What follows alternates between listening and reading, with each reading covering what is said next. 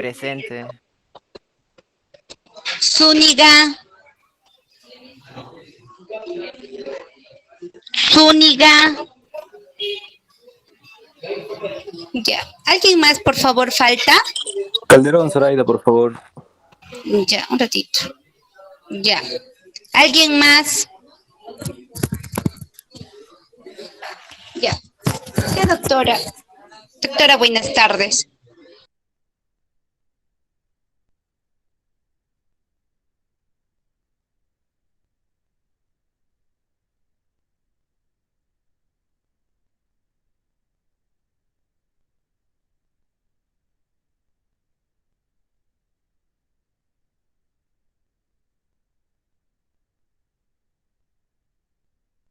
Doctora, no se escucha. Su audio está apagado, doctora.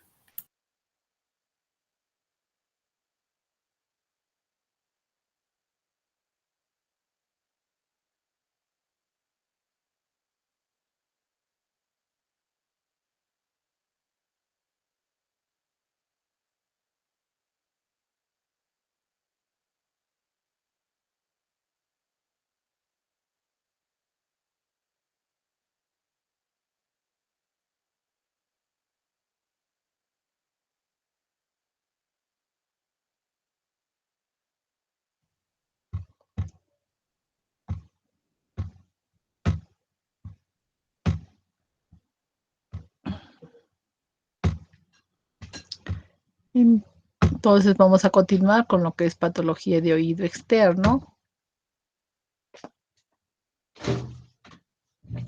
Ya habíamos visto lo que era tapón de cerumen. Ahora vamos a continuar con tapón epidérmico.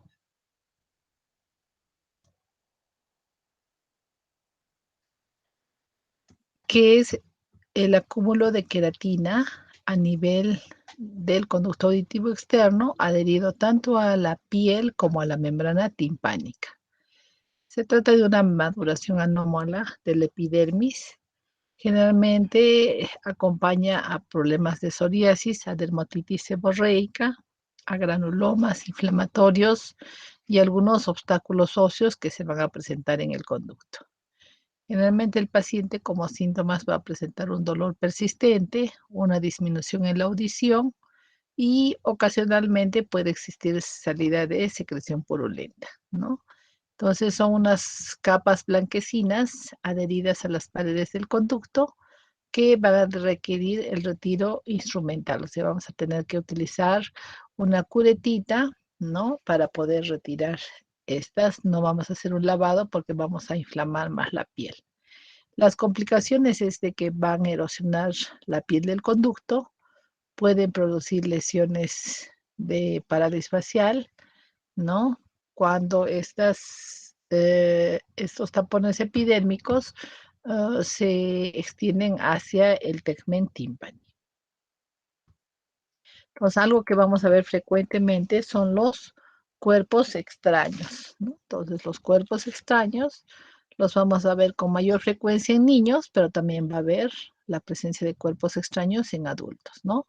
Y en pacientes psiquiátricos, en pacientes distraídos, o a veces por problemas ocupacionales hay personas que guardan ciertos elementos como el lápiz, ganchitos, ¿no? Dentro del conducto auditivo externo. Entonces tiene una localización generalmente a nivel del conducto auditivo externo, algunos se localizan a nivel de la membrana timpánica y otros pueden introducirse hasta la caja. Entonces, algunos cuerpos extraños no van a dar síntomas, puede ser un hallazgo cuando el paciente va al otorrino y se encuentra, por ejemplo, el cotonete de un hisopo, ¿de acuerdo? O en algunos casos puede existir dolor, ¿no? Puede haber una secreción hemática y presentar el paciente hipoacusia. Todos los cuerpos extraños son de dos tipos, los inanimados y los animados, ¿no? Entonces, dentro de los cuerpos extraños animados, vamos a tener semillas de maíz, de trigo, de arvejas, garbanzos, todo lo que esté al alcance generalmente de los niños en el hogar. Podemos también tener insectos como pulgas, piojos, larvas, ¿no? arañas, cucarachas si estamos en Puerto Maldonado, Quillabamba, Lima, ¿no? Y generalmente se acompañan de un síntoma que es un ruido muy desagradable, dolor, porque evidentemente estos insectos se movilizan y van a ir, como tienen patitas y en sus patitas hay garritas, entonces van a ir lesionando la membrana timpánica, ¿no? También pueden producir la sensación de un acúfeno, ¿no? A veces aletean dentro del conducto auditivo, ¿no? Y a veces algunos pacientes refieren mareos y vómitos. Entonces, cuando nosotros hacemos la otoscopía, vamos a poder observar estos elementos, vamos a observar en qué estado está la piel del conducto, ¿no? Para poder dar un tratamiento antibiótico, un tratamiento desinflamante que coadyuve a una pronta mejoría en el paciente. Entonces, cuando se trata de cuerpos animados generalmente, ¿no? Ya sean insectos o sean semillas, lo que vamos a hacer es una desecación del mismo. Podemos echar unas gotitas de alcohol o de lidocaína al 2%, o podemos uh, instilar gotitas de aceite, ¿no? Aceite Johnson, aceite de bebé, glicerina a nivel del conducto auditivo externo. Y posterior a eso, ¿no? Dependiendo de qué tiempo tenga, porque a veces pueden ser insectos que murieron y que se van uniendo a lo que es el cerumen del conducto auditivo externo. Por eso vemos esta coloración media café en esta imagen. Entonces vamos a decir, ¿no? Que puede, si está vivo, obviamente lo vamos a ahogar en alcohol, ¿no? Pero si ya pasó un tiempo prudente, entonces lo que vamos a proceder es a remojar con aceitito, de acuerdo, que va a permitir ablandar un poco estas paredes para que cuando nosotros hagamos el tratamiento, que es el lavado de oído, podamos extraerlo sin ninguna dificultad. Ahora, si tenemos la posibilidad de tener un instrumental adecuado, está en el tercio externo del conducto auditivo externo, entonces vamos a proceder a la extracción manual del mismo, ¿no? Y en algunos casos, cuando está muy profundo o cuando evidentemente hay lesión de la piel, del conducto, ¿no? Vamos a tener que hacer una extracción bajo sedación con un microscopio para poder retirarlos al 100%.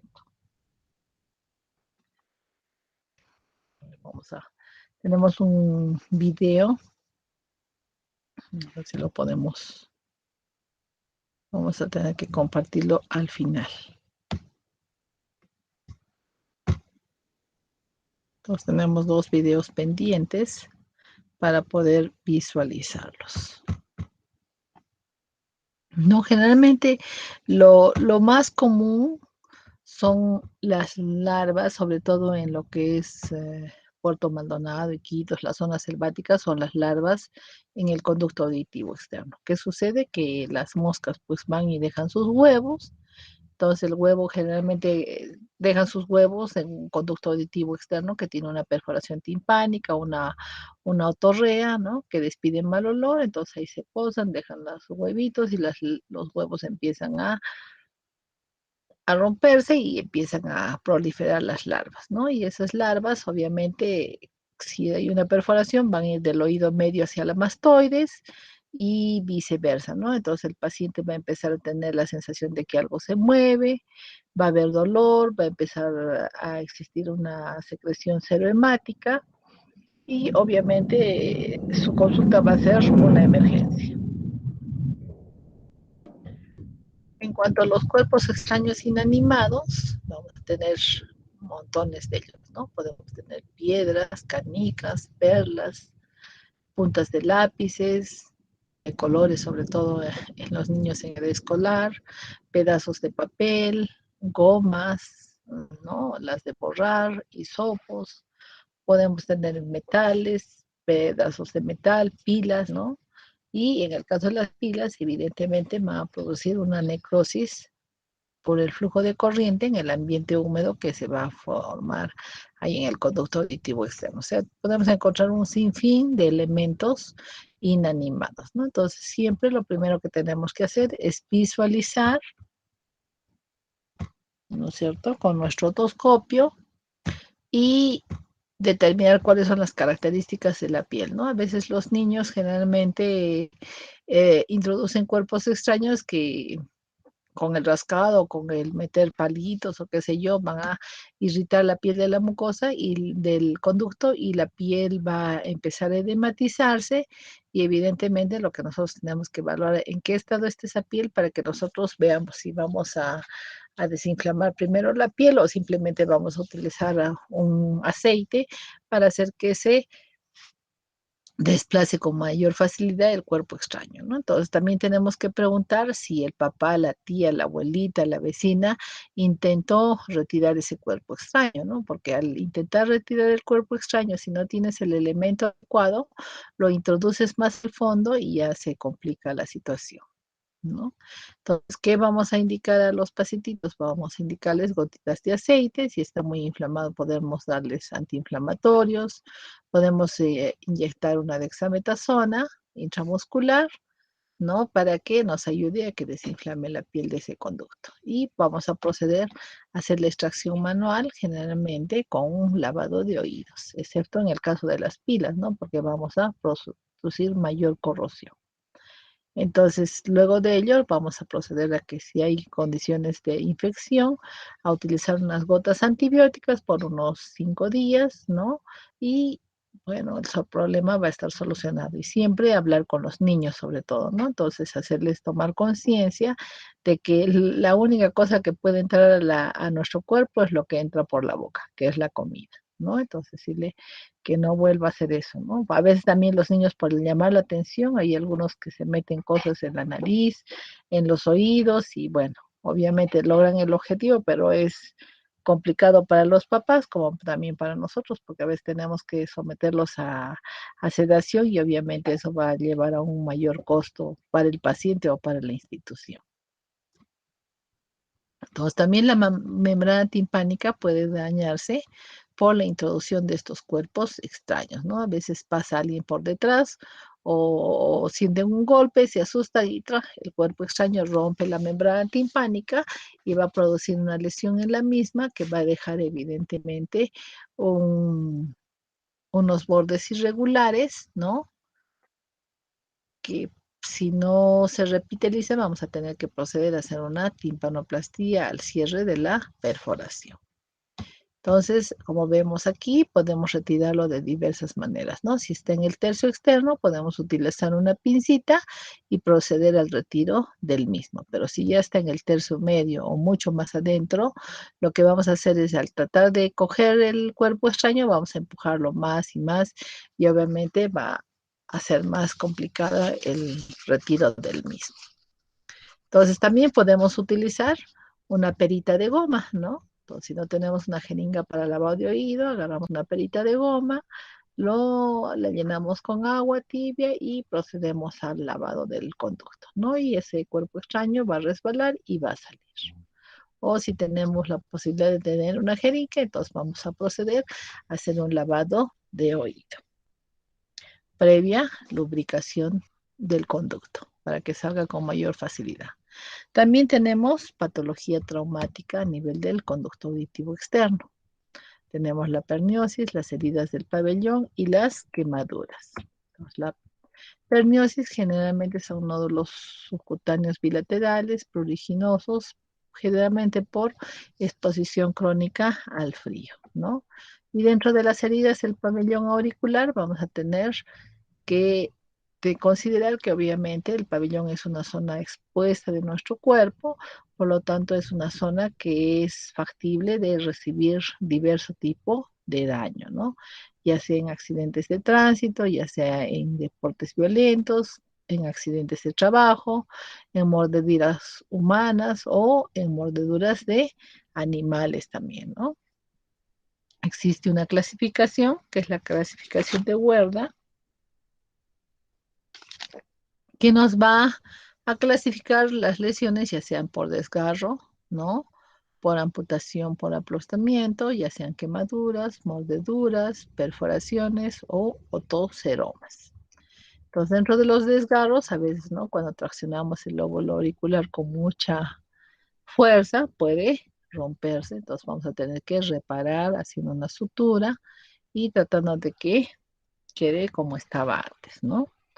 Puede ser también que, bueno, ahora ya no, los profesores ya no jalan mucho las orejas a los niños, o generalmente son más las mamás, los papás, ¿no? Que van a provocar este tipo de lesión de desgarros. Y vamos a necesitar hacer una sutura por plano, ¿no? Piel, cartílago y piel del otro lado.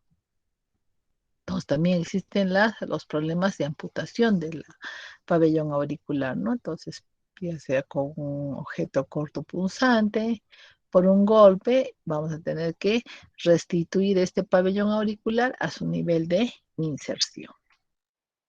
Y no olvidemos que vamos a tener problemas de quemaduras de diverso grado, ¿no? Pueden ser quemaduras químicas o térmicas, ¿no? Entonces, inicialmente vamos a encontrar un eritema y dolor localizado. Podemos encontrar en un segundo grado flictenas, subepidérmicos y destrucción parcial de la dermis, ¿no? Que pueden ser quemaduras superficiales o más profundas, ¿no?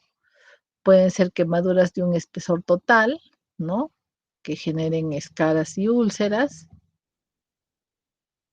con tejido de granulación, ¿no? Generalmente se contaminan con pseudomonas aeruginosa y también puede haber quemaduras por congelación, ¿no? Entonces, nosotras las mujeres estamos más expuestas a las quemaduras del calor por el uso de la plancha actualmente.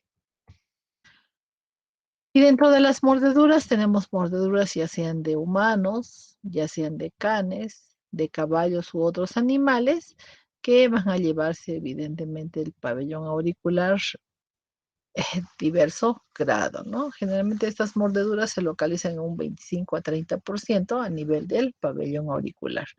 Y el tratamiento va a ser el instaurar antibióticos, ¿no? De amplio espectro, hacer una limpieza, proceder a la sutura, ¿no? Y hacer una vacuna antitetánica. Entonces, para recordar, las heridas del pabellón auricular, ya sea por laceración y o exposición de cartílago, o pueden ser por abulsión de un fragmento de gran parte del pabellón auricular, van a necesitar un antibiótico, ya sea una quinolona o ampicilina más valbactam. Tenemos que siempre cubrirlas con una compresa húmeda con solución salida y bueno, vamos a tener que recurrir al otorrino si es que evidentemente va a requerir de una remodelación y una reconstrucción, ¿no? Nunca vamos a suturar el cartílago que queda. A veces ustedes van a tener que estar en la zona rural y van a tener que proceder a hacer la sutura de estas heridas teniendo los cuidados necesarios para que no quede muy deforme ese pabellón auricular. Entonces, también tenemos problemas de perforaciones, ¿de acuerdo? Que obviamente tienen un factor cultural, ¿no? Más frecuente en el sexo femenino, aunque ahora los varones también están ingresando a esta moda, ¿no? Y como complicaciones nos va a traer la presencia de queloides secundarios o de infecciones en el pabellón que pueden llegar a la destrucción del mismo. Entonces, otro problemita que sucede en el pabellón auricular es el otoseroma agudo. Este otoseroma se puede producir por la presencia de un trauma o por un roce, ¿no? Generalmente se produce un trasudado en el espacio supericóndrico, ¿no? Y empieza a aumentar de volumen, ¿no? No da a veces mucho dolor y el tratamiento es realizar una incisión, drenaje, un vendaje compresivo y apoyarnos con antibióticos para que no se destruya el cartílago. Ahora, si evidentemente hay salida de sangre, ¿no? Entonces, en el subpericondrio lo que vamos a tener es un otohematoma. Entonces, entre el cartílago y el pericondrio va a haber esta salida de sangre que va a decolar y va a empezar a aumentar de volumen el pabellón auricular. Su ubicación sería el 80% en la porción superior del pabellón y un 20% a nivel de la escafa y del antihélice. Igualmente el tratamiento va a ser una incisión con drenaje y un vendaje compresivo más el apoyo antibiótico. Tenemos, por ejemplo, otohematomas traumáticos, ¿no? Generalmente como complicaciones de hematomas múltiples, más frecuente en personas que se dedican al boxeo o a la lucha libre, ¿no?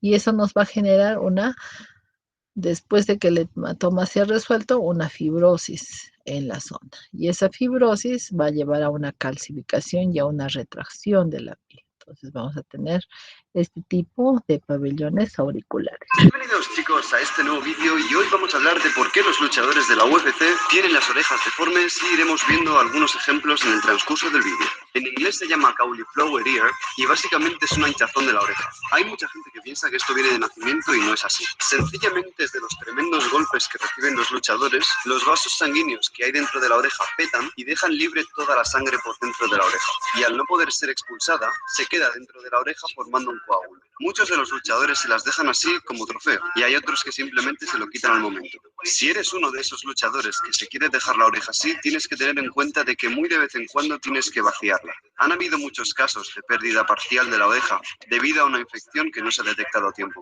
Así que chicos, id con mucho cuidado, ya lo sabéis. Suscribiros, dejad un buen like y nada chicos, nos vemos en el siguiente vídeo con más. Hasta pronto.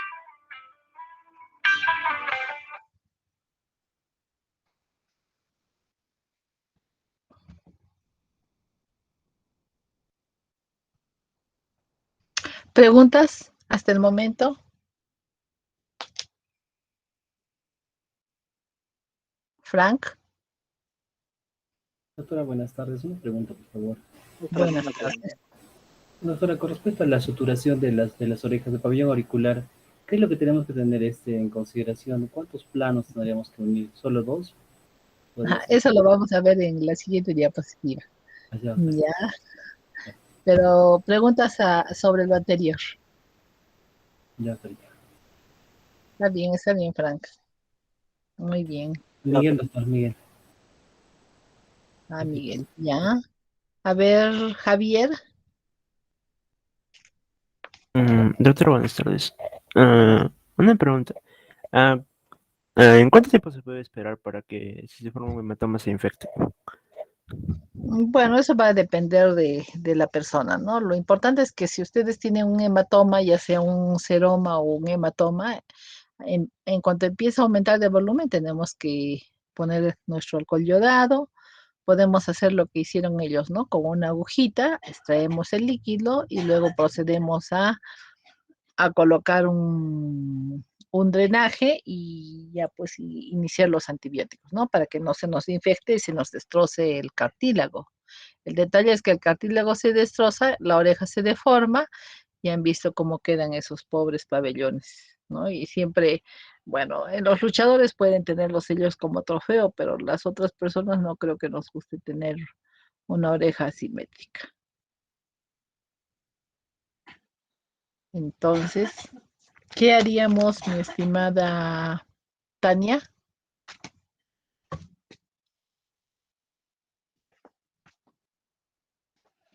Doctora,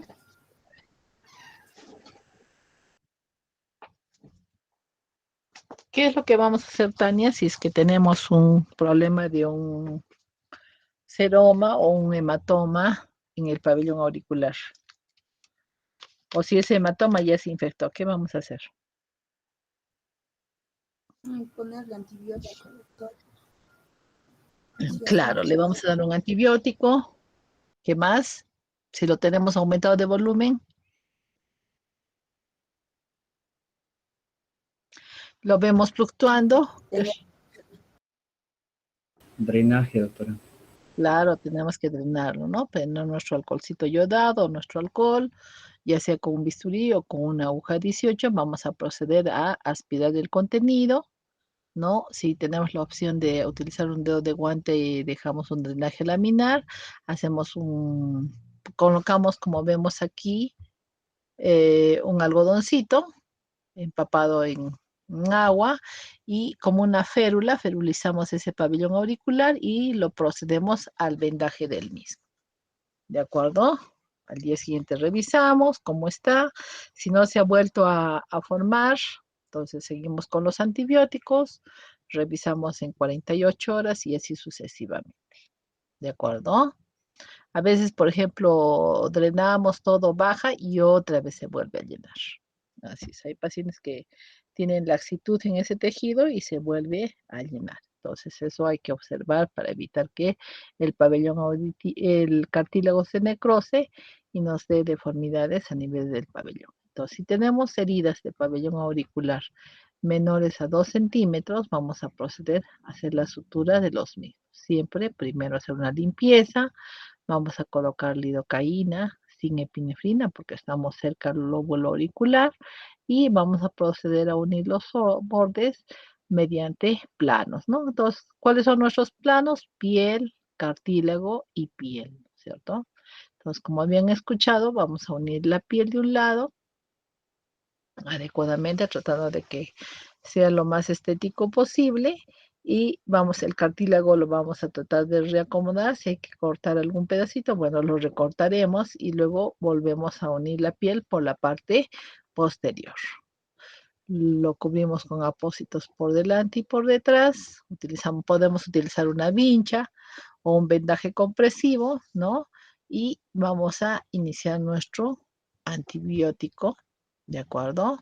Podemos también usar heparina o vasodilatadores que nos ayuden a una mejor circulación de esta zona y siempre recomendar, de acuerdo al antecedente, el uso de la vacuna antitetánica. Entonces, si evidentemente hay una lesión de más de 2 centímetros, vamos a tener que recurrir ya sea al otorrino o al cirujano plástico porque vamos a tener que hacer uso de injertos, ¿no? Entonces, los injertos obviamente van a tener que venir de alguna zona para poder lograr un equilibrio estético en nuestro pacientito. Entonces, ya saben, si es menos de 2 centímetros, lo pueden solucionar en el centro de salud, en el área rural, pero si es mayor, vamos a tener que recurrir a otro nivel. Y luego tenemos patología tumoral que es benigna, generalmente. Están los ateromas, los linfangiomas, los hemangiomas, los queloides, los fibromas, hay papilomas, hay lipomas, hay nevos, hay hiperostosis, ¿no? Y generalmente como clínica tienen dolor, son de crecimiento lento, se ven protuberancias anteriores o posteriores y dan una hipoacusia gradual o pacientes que están asintomáticos. Dentro de los nevos tenemos que observar la simetría de los mismos, la forma, el color y el diámetro para definir nuestra conducta. En el caso de queloides, generalmente cuando las mujeres o varones se hacen los piercings o los agujeritos para las orejas, entonces nos va a producir estos engrosamientos de cartílago, ¿no? Y vamos a tener que proceder al retiro del mismo para darle un aspecto estético a ese pabellón auricular. Pues también tenemos fibromas que se van a formar, ¿no? O también vamos a tener verrugas, como el papiloma, ¿no? Entonces vamos a tener verrugas localizadas en diversas partes del pabellón auricular. También podemos tener queratomas, ¿no? Engrosamientos de la capa epidérmica, o podemos tener la presencia de lipomas, ¿no? Los hemangiomas también son frecuentes, ¿no? Entonces, actualmente se usa propanolol, bueno, cuando ya se detectan de niños o algunos tratamientos láser, ¿no? Y ahí los vamos observando y vamos orientando a los pacientitos. Luego tenemos patología tumoral benigna, que son la hiperostosis, el osteoma y la exostosis. Entonces, la hiperostosis evidentemente es un crecimiento a expensas de la cortical del hueso, ¿no? Que se da a nivel del conducto auditivo externo. Entonces vemos que empiezan a aparecer mamelones en el conducto auditivo externo que van a disminuir el lumen del mismo. Por distensión de la piel pueden dar dolor, ¿no? Pueden aumentar de tamaño y producir hipoacusia, ¿no? Y vamos a ver que los osteomas van a corresponder a una lesión pediculada externa, generalmente crecen en un eje longitudinal, tienen una base de implantación estrecha, ¿no? Y generalmente están formados por hueso cortical. En cambio, las exostosis son de crecimiento lento, ¿no? Es una lesión interna, generalmente reaccional, de una base mucho más amplia. Luego tenemos patología tumoral, como es la enfermedad de Bowen, el carcinoma epidermoide, el epitelomia vasocelular, el melanoma maligno, y corresponden al 8% de los tumores de cabeza y cuello. Pues la enfermedad de Bowen, evidentemente, es un carcinoma escamocelular in situ, que tiene una forma de una elevación plana redondeada, de color ya sea marrón o rojizo, intenso, de una superficie lisa. A veces el cartílago está comprometido, pueden existir ganglios y el diagnóstico diferencial lo vamos a hacer con el vasotelioma y con los eczemas. Luego tenemos el carcinoma vasocelular. Entonces, generalmente está originado en células de la capa basal del epidermis. Generalmente es un elemento epitelial maligno de crecimiento muy lento, con exposición actínica, más frecuente en hombres adultos entre los 60 y 70 años, ¿no? Un 35%. Es una lesión que crece y no cicatriza. Ahí puede haber una destrucción total y desfiguración del pabellón. Rara vez la metástasis. Se puede realizar una exéresis total y el pronóstico es favorable. También tenemos el carcinoma epidermoide, donde la dermis es invadida por los queratinocitos, generalmente por exposición a la luz solar. Es una lesión nodular que no cicatriza, ¿no? Con una hiperkeratosis a manera de verruga. Luego se va a invadir los tejidos subyacentes y el diagnóstico va a hacerse por biopsia. Entonces, dentro de los diagnósticos vamos a ver que pueden existir zonas ulceradas, zonas queratóticas, zonas a manera de verrugas, ¿no? Generalmente la psoriasis, ¿no? Y el pronóstico va a variar en cuanto a su longitud, ¿no? Si es mayor a 2 centímetros, 2 milímetros de profundidad, va a haber una invasión perineural y obviamente nos va a producir metástasis. Entonces, se recomienda como tratamiento hacer la cirugía, ya sea mediante el frío, que es la criocirugía. Se puede indicar radioterapia. Y la prevención es evidentemente el usar un bloqueador solar para evitar esa exposición, ¿no? Nosotros que vivimos en altura tendríamos que la mayoría utilizar sombreros para proteger nuestros pabellones.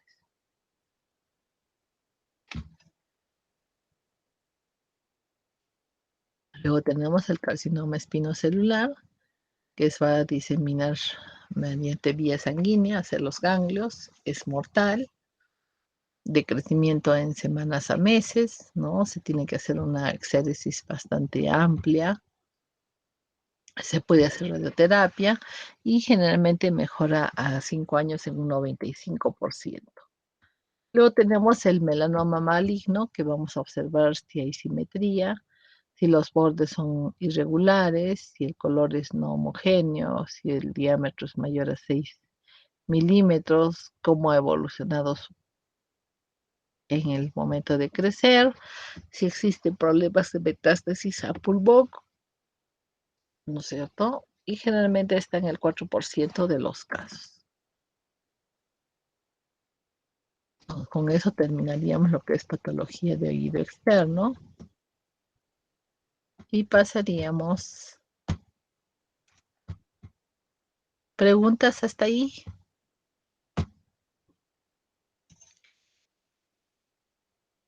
A lo que habíamos dicho de los planos, ¿no? Entonces, por ejemplo, en el lóbulo, ahí vamos a tener piel, tejido celular subcutáneo y piel, ¿no? Entonces, si es necesario, vamos a hacer un puntito ahí a nivel del tejido celular subcutáneo para aproximación y luego vamos a volver a lo que es la piel.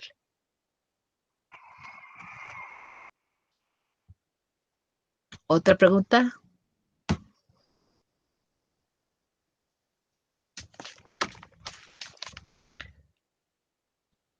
Doctora, disculpe, Dime.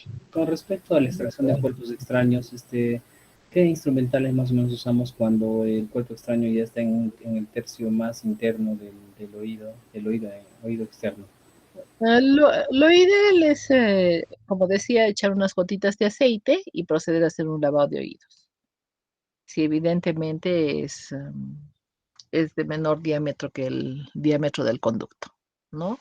Es lo más inocuo, lo más fácil, ¿no? Y lo puede ser cualquiera, lo puede ser un estudiante, lo puede ser una enfermera, lo puede ser un colega, ¿no? Y no vamos a producir mayores problemas. Siempre cuando hagamos el lavado tiene que ser, tenemos que empujar suavemente para que no lesionemos la membrana timpánica y generamos una perforación traumática. ¿De acuerdo? Entonces, si podemos solucionarlo con un lavado de oído, perfecto. Pero si evidentemente a veces meten piedras, ¿no? Y como meten piedras o objetos de superficie irregular, entonces lo empujan, al tratar de sacarlo, lo cogen y se va más adentro, más adentro. Entonces ocluye el conducto y ahí vamos a tener que llevar al paciente a sala de operaciones, lo van a tener que sedar y vamos con una curetita, vamos a proceder al retiro del mismo. En esos casos sí podemos hacer un retiro manual, ¿no es cierto? Gracias, doctora. Listo. Entonces eso van a tener que hacerlo frecuentemente. Doctora, Dime. doctora, en el caso que hay un desgarro del pabellón auricular, ¿cuánto tiempo podemos estar sin suturarlo? 6 horas es el tiempo para que lo suturemos. Es lo ideal. Antes de 6 horas que hagamos la sutura va a estar perfecto, ¿no? Y ahí solamente le vamos a dar antibióticos vía oral. Pero si ya han pasado 6 horas, bueno, vamos a tener que proceder a utilizar antibióticos endovenosos.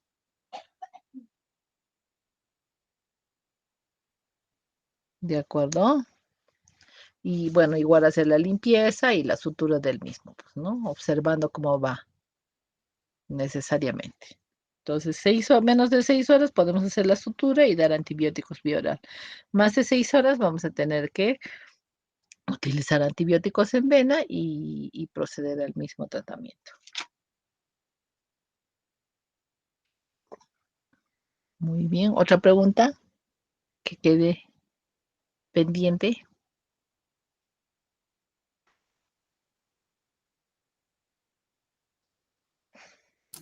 Doctora, una consulta.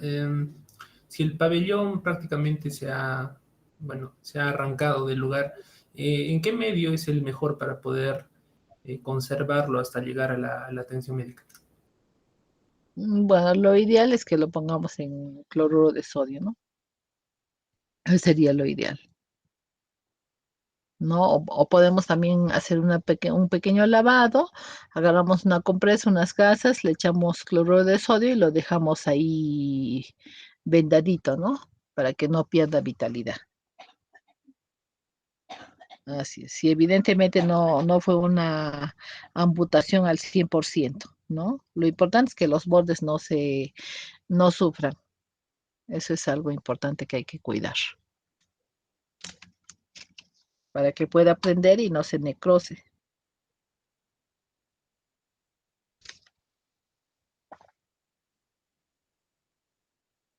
¿Alguna otra pregunta?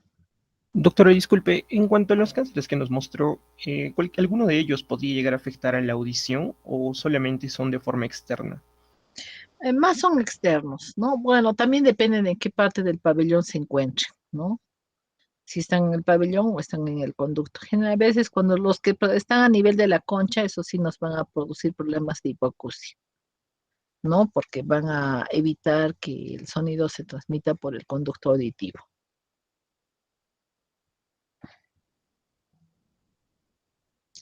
Esos van a ser. Ahora, en el caso de los melanomas, obviamente los melanomas van a tener un crecimiento pues mucho mayor y más espectacular y nos van a tomar toda la oreja, ¿no? Como habrán visto, no sé si habrán podido ver algún melanoma por ahí, ¿no? A veces empiezan como una cosita muy pequeña, de menos de 0,5 centímetros y van creciendo y van extendiéndose, ¿no? ¿Alguna pregunta más?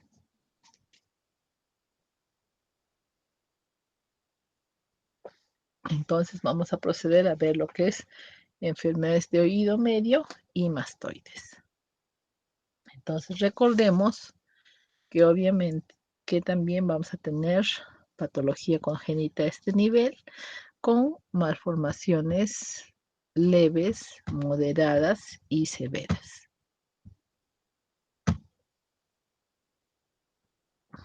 Entonces, dentro de las malformaciones leves vamos a tener una hipoplasia de la membrana timpánica, ¿no? Una hipoplasia de los huesecillos, ¿no? Podemos tener una caja pequeña, ¿no? Una caja pequeña o diversas variaciones en la morfología de la cadena de huesecillos, o podemos tener también una mastoides hipoventilada. Dentro de las malformaciones moderadas se hablan de una caja pequeña, ¿no? Una atresia de la platina, deformidades del malleolo y del estribo, una mastoides hiponeumatizada, ¿no? Y dentro de las malformaciones severas, generalmente va a ser la ausencia del conducto auditivo externo, que va a llevar a una hipoplasia de la caja timpánica. Vamos a tener deformidades osiculares severas, ¿no? Donde vamos a tener esbozos de estos elementos y una escasa o nula neumatización mastoidea. Pues el diagnóstico de estas malformaciones lo vamos a hacer mediante la tomografía, ya sean cortes axiales o coronales, ¿no? Generalmente vamos a solicitar que nos den una ventana de partes blandas, una ventana de partes óseas y que son tomografías sin contraste. Entonces, como podemos observar aquí, existe ausencia de cadena osicular, ¿no? Recordar que puede haber microdisgenesias de los huesecillos, dependiendo del primer arco, que son afectados el martillo y el yunque, ¿no? El complejo incudo-maleolar, con una agenesia total, pueden ser hipoplásicos, como vemos aquí, o pueden estar fijados. También vamos a tener malformaciones a nivel de la trompa de Eustaquio, que van a implicar a la musculatura del velo del paladar, a la porción ósea de la trompa de Eustaquio y generalmente van a estar acompañados de otitis medias a repetición. Y si no se logra controlar los cuadros, vamos a proceder a un problema de otitis medias crónicas. Pues también pueden existir problemas a nivel del nervio facial, 50% en los oídos atrésicos, ¿no? Donde evidentemente hay una placa ósea, no se desarrolla adecuadamente el conducto del nervio facial para que éste pueda discurrir por ahí. No puede haber un desplazamiento anterior del nervio o puede haber una dehiscencia del acueducto de Falopio, que es el que va a contener al nervio, ¿no?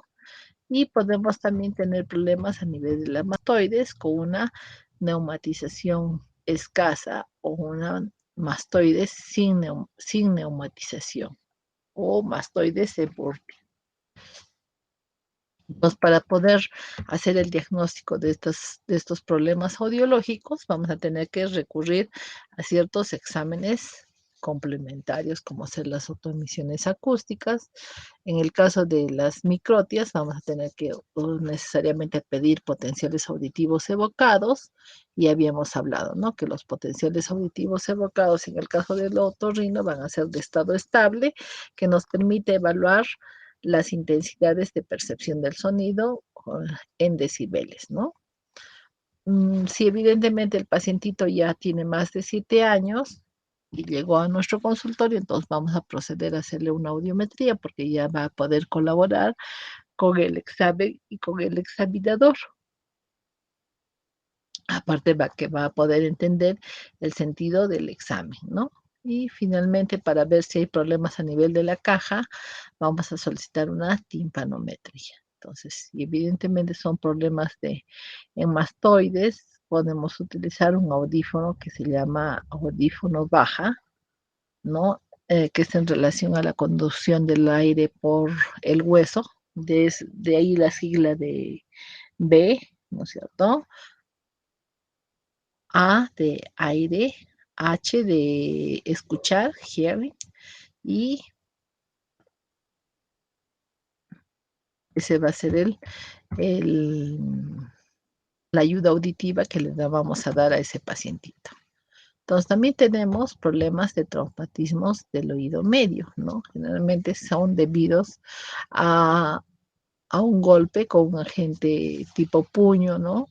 Puede ser que se golpee con un libro, con diferentes elementos, y eso nos va a poder determinar una lesión a nivel de la membrana timpánica, puede abarcar hasta la cadena osicular, puede haber una lesión del oído interno. Entonces, las lesiones pueden estar dadas ya sea por manipulación, también por caídas, ¿no? Generalmente las personas mayores, como no coordinan bien sus movimientos, no ven muy bien, se resbalan, tropiezan y justo caen de pabellón.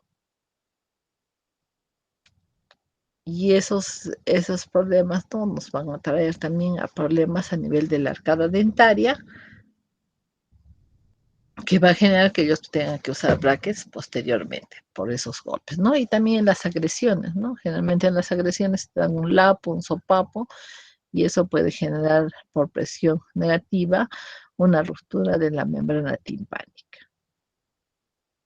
Entonces, ¿cuáles van a ser los síntomas de los traumatismos? Van a ser dolor, salida de sangre, disminución en la audición, la presencia de un zumbido, dolor de cabeza y en algunos casos mareo o inestabilidad para la marcha. Pues habíamos visto cómo podía dañarse la membrana timpánica, y al dañarse, obviamente, si está más arriba, nos puede dejar una lesión a nivel de la cadena, ¿no? Una lesión a nivel del estribo. Entonces, ahí lo que nosotros vamos a observar es sangre en el conducto auditivo externo. Puede tratarse de un tapón total de contenido hemático. Podemos ver una perforación timpánica con bordes irregulares, y en la audiometría vamos a tener una diferenciación de lo que es la vía aérea de la vía ósea, de más de 30 decibeles o de 30 decibeles, ¿no? Y ahí vamos a hablar, en este caso, de una hipoacusia de conducción, que con estos grados de separación hablamos de una hipoacusia conductiva dependiente del medio facial. Y en la timpanometría, lo que habíamos estado conversando ayer, este es el registro, ¿no? Vamos a ver que tiene que haber un registro donde estén las presiones en 0, y a manera de campana de Gauss va a ir en forma simétrica tanto a la derecha como a la izquierda. Entonces, en casos de perforaciones, generalmente no se va a percibir esta curva, ¿no? O si se percibe, vamos a pensar en algún problemita a nivel del oído. ¿Qué tratamiento vamos a realizar, no? Entonces, ¿qué le vamos a decir a ese paciente que vino a nuestra consulta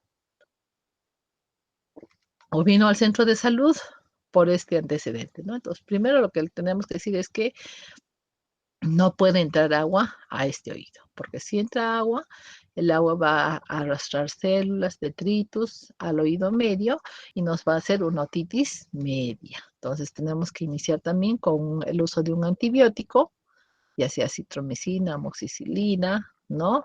Y analgésicos, obviamente, para calmar el dolor. Entonces, si hay un tapón hemático, generalmente los pacientes que han tenido accidentes de tránsito, que se han caído de ciertas alturas,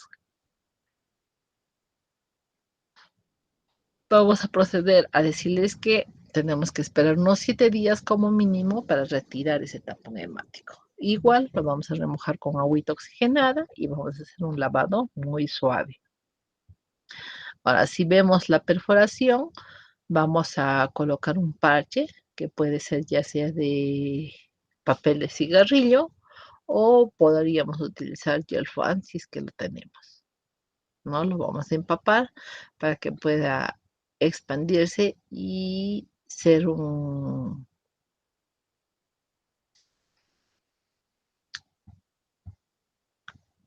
referente para ella. Entonces, también podemos colocar el papel del cigarrillo, más o menos calculamos la medida, ¿no? Y como ustedes saben, el papel del cigarrillo le podemos echar una gotita de agua, con una pincita lo introducimos y cubrimos esta zona. Entonces, por dentro, la membrana timpánica va a empezar a crecer en la capa endodérmica y va a cerrar la perforación.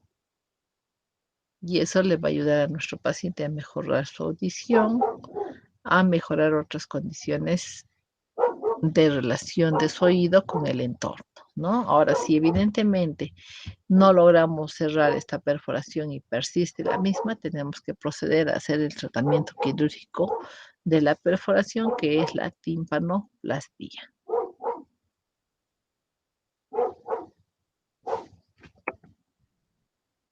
Entonces, también tenemos que recordar que las perforaciones timpánicas pueden ser puntiformes, ¿de acuerdo? Dependiendo de qué elemento se haya introducido la persona, ¿no? Entonces, no tocarlas o siempre usar una cobertura antibiótica, darle analgésicos para calmar el dolor, ¿de acuerdo? Porque ya habíamos visto que el oído tiene inervaciones por ¿qué nervios, Claudia?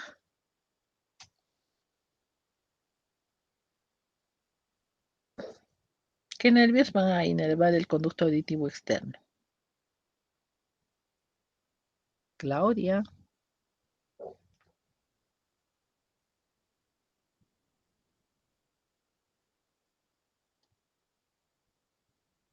Gabriel, Patricia.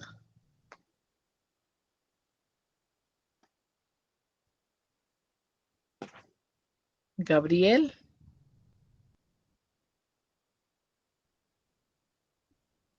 ¿Estoy en la clase o me salí de la clase? Sí está en la clase, doctora. Ya, como no escucho a nadie. Sí, doctora, le escuchamos, pero nosotros, doctorita. Ya, pero habíamos preguntado, ¿qué nervios van a inervar el conducto auditivo externo? El séptimo, doctora. El séptimo, ¿qué más? Hemos visto, ¿no es cierto? Con colorcitos. Ya, el quinto, ¿qué más? Solo recuerdo sus dos, doctora. Y el vago, El doctora. décimo. El décimo. El décimo, muy bien, ya, sigamos. Ya, entonces, ya ven, ahí tenemos ya 4. Entonces, como hay varios, el glosofaringio también, porque ese es el que va a inervar la mucosa del oído medio, ¿no es cierto? Entonces, el dolor va a ser muy intenso cuando el paciente sufre de una perforación timpánica, ¿no? Entonces, tenemos que darle analgésicos que puedan controlar ese síntoma. ¿De acuerdo? Entonces, no olvidar aquello.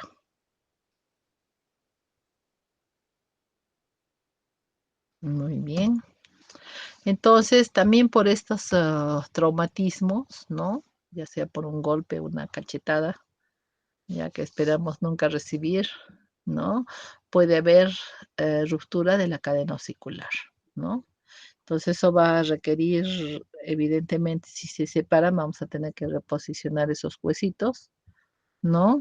O a veces también cuando meten un lápiz, al meter la punta nos va a quebrar esa unión y va a haber una disrupción de la cadena osicular. O cuando hay una fractura, por ejemplo, del hueso temporal, también se va a separar esta cadena, ¿no? Generalmente el más afectado es el yunque, en un 90% de los casos. Ya el martillo es más estable porque está inserto pues en la membrana timpánica y también por los ligamentos tímpano-maleolares anterior y posterior, ¿no? Entonces, en estos casos lo que vamos a tener es un hemotímpano, una colección de sangre en el oído medio, vamos a tener una perforación, vamos a tener la salida de ya sea de líquido o de sangre y va a presentar el paciente una hipoacusia de conducción, no va a escuchar muy bien, Entonces, ¿qué exámenes vamos a pedir? Vamos a pedir una audiometría que nos va a mostrar un problema conductivo, ¿no es cierto? Podemos solicitar el reflejo estapedial que se hace en la timpanometría y generalmente la timpanometría nos va a dar una curva abierta, ¿no? No con cúspide que se une, sino abierta. O también no nos puede dar ninguna imagen, ¿no? Por la perforación, porque obviamente no va a haber forma de que registre la resistencia de la membrana timpánica a la introducción de aire que hace la máquina. Y lo que vamos a solicitar es una tomografía para ver cómo está esa cadena. Aunque tenemos que hacer el diagnóstico diferencial con la autoesclerosis, con las otitis medias crónicas, con un engrosamiento a nivel de la membrana timpánica, que es la tímpanoesclerosis, con alguna malformación congénita, ¿no? Y las complicaciones de estos problemas van a ser uno que se forme un excesivo tejido óseo, que si hay una perforación, entonces el epitelio de la membrana timpánica que está en la porción externa va a atravesar hacia el oído medio y va a formar un colestatoma postraumático, ¿no? Por este problema de fracturas, por ejemplo, de hueso temporal, podemos hacer una meningitis, ya que como los pacientes se duchan, no tienen el cuidado de usar un taponcito de algodón con vaselina, entonces vamos a introducir gérmenes y si hay una solución de continuidad hacia el cráneo, hacia el endocráneo, vamos a generar una meningitis, ¿no? O podemos producir un problema de una otitis media con salida de líquido seroso, o podemos, por la fractura, generar un problema de parálisis facial. También existe otra complicación que es el barotrauma, ¿no? Entonces, generalmente el barotrauma es una lesión por un cambio brusco de la presión sobre la caja timpánica o la membrana timpánica ante la inacción de la trompa de Eustaquio. Entonces, va a producir una presión negativa que va a generar un colapso, ese colapso va a generar un trasudado, o puede ser una presión positiva que va a bombar la membrana timpánica y va a generar un hematoma y una perforación. Entonces, en ese momento del barotrauma se va a producir dolor, sensación de que tiene mucho, el oído como medio tapado, como lleno, ¿no?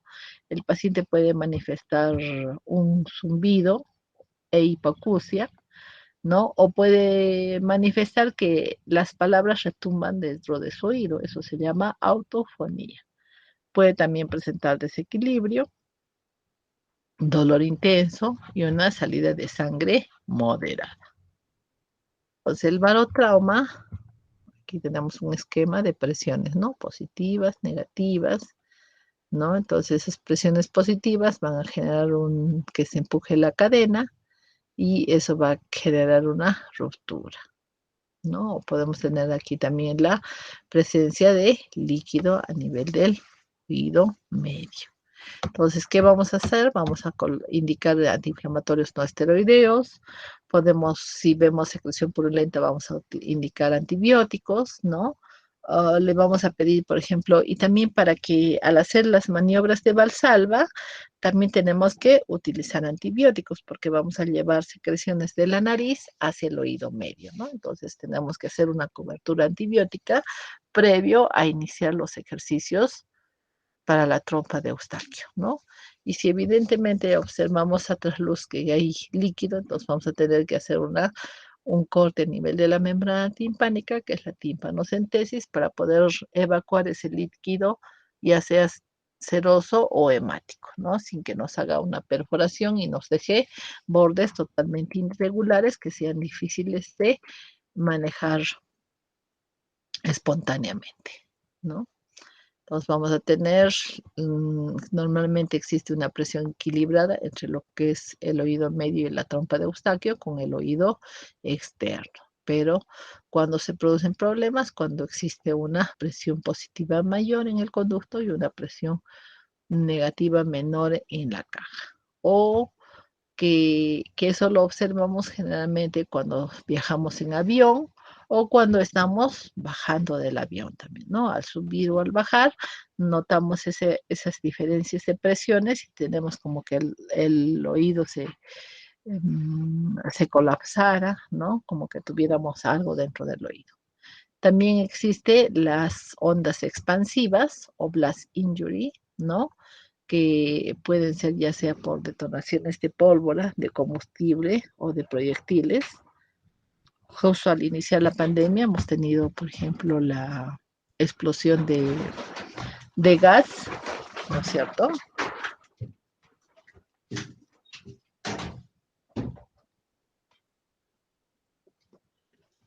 Recuerdan aquello, ¿no? Entonces, que miren, hasta ahora no dicen nada de todos esos damnificados de esa oportunidad, ¿no? Y también cuando hay una explosión de un proyectil también, ¿no? Entonces eso va a generar lesiones a nivel de la membrana timpánica, cuando hay explosiones con dinamita, nitroglicerina, ¿no? Generalmente en personas que van a hacer excavaciones, minas, ¿no? Van a tener estos problemitas. Entonces aquí se va a producir una hipopresión de la membrana timpánica, ¿no? Y eso va a generar una hiperpresión, perdón, en la membrana timpánica, ¿no? Por acción de esa explosión. Y la menor presión en el oído va a generar que haya una ruptura de la misma. Generalmente es un problema súbito, ¿no? Muy frecuente de ver en cazadores, en militares, en personas agredidas por arma de fuego, ¿no? Cuando hay ráfagas de gas y los síntomas van a ser en ese momento la presencia de un zumbido o tinnitus, una sordera temporal o definitiva, que es la cofosis, ¿no? Entonces vamos a observar rupturas de la membrana timpánica, disrupción de la cadena de huesecillos, puede incluso la cóclea romperse, ¿no? Y eso generar una sordera total, o también con la introducción de ciertos cuerpos extraños. Otro problema que tenemos con los traumatismos son las fracturas de peñasco, ¿no? Entonces, las fracturas de peñasco van a producir ya sean lesiones directas o lesiones indirectas, ¿no? Entonces, las lesiones que impactan sobre el hueso temporal de forma directa nos van a producir una lesión del tejido óseo. Generalmente estas fracturas se relacionan un 5%, ¿no? Más frecuente con fracturas a nivel de la base del cráneo, un 30-50%. Algunas de ellas son bilaterales, más frecuentes estas fracturas por accidentes, ya sean caídas, accidentes de tránsito, accidentes laborales, a veces personas que están en el área de la construcción que caen de los andamios, ¿no? O personas que son agredidas físicamente, ¿no? O en ciertos deportes, ¿no? Ciertos deportes que generalmente son de contacto, entonces las personas chocan o caen al piso o reciben el impacto de una pelota y eso nos va a producir lesiones de fractura del peñasco. Entonces, estas fracturas de peñasco se clasifican ya sean en longitudinales, si siguen el eje del hueso temporal, en transversales, si es que lo cortan, o pueden ser fracturas mixtas que engloben tanto fracturas longitudinales como fracturas transversas. Pueden ser aisladas, afectar solamente a un hueso temporal, o pueden ser fracturas también asociadas a otros huesos del cráneo. Entonces, los trazados ya los habíamos mencionado, y de acuerdo a dónde está la lesión, vamos a ver si son fuera del laberinto o a través del laberinto, ¿no? Recordemos que el laberinto anterior es JD. ¿Cuál es el laberinto anterior? Doctora, disculpe. ¿Cuál es el laberinto anterior? En la imagen, el laberinto anterior es lo que está la cóclea, ¿no? Y los canales semicirculares. Ese es el laberinto posterior. El laberinto anterior No, es la... sí, sí. Es donde está la cóclea y la rampa vestibular y la rampa timpánica. Exactamente. Y el laberinto posterior son los canales semicirculares. El triple y el círculo. De acuerdo.